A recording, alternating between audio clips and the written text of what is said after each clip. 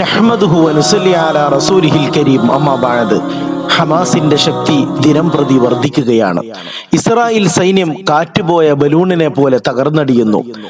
Hamas നേതാക്കളെയോ ബന്ദികളെയോ കണ്ടെത്താൻ ഇതുവരെ Israel സൈന്യത്തിന് കഴിഞ്ഞിട്ടില്ല. ലോകത്ത് എന്ത് നടന്നാലും ഞങ്ങളറിയും, ഞങ്ങളറിയാതെ ഒന്നും നടക്കുകയില്ല എന്ന് വീമ്പിളക്കിയ ലോക പട്ടാളമെന്ന് സ്വയം വിശേഷിപ്പിച്ച പപ്പട പട്ടാളത്തിന്റെ അവസ്ഥ വളരെ ദയനീയമായിരിക്കുന്നു. ഇത്ര ആധുനിക സൗകര്യങ്ങളും സംവിധാനങ്ങളും ഉണ്ടായിട്ടും ഹമാസിനെ അവരെ ഇല്ലാതാക്കാൻ ഒരിക്കലും അവർക്കായിട്ടില്ല. എന്നല്ല, ഹമാസിന്റെ ഭാഗത്തുനിന്ന് ഇത്തരം ഒരു ചെറുത്തുനിൽപ്പ് അവർ പ്രതീക്ഷിച്ചിരുന്നില്ല. ദിവസവും മുതിർന്ന ഇസ്രായേൽ ഉദ്യോഗസ്ഥരാണ് കൊല്ലപ്പെടുന്നത്. ഇസ്രായേലുമായുള്ള ദീർഘമായ പോരാട്ടത്തിനുള്ള സന്നാഹങ്ങൾ ഞങ്ങളുടെ പക്കലുണ്ട് എന്ന് വ്യക്തമാക്കിയിരിക്കുകയാണ് ഹമാസ്.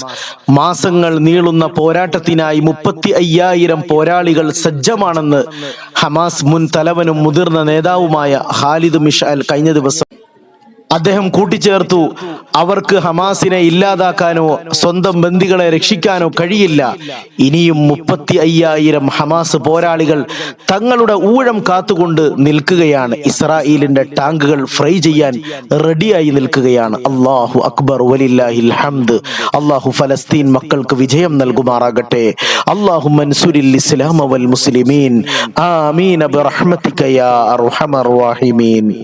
സല്ലല്ലാഹു അലാ മുഹമ്മദ് സല്ലല്ലാഹു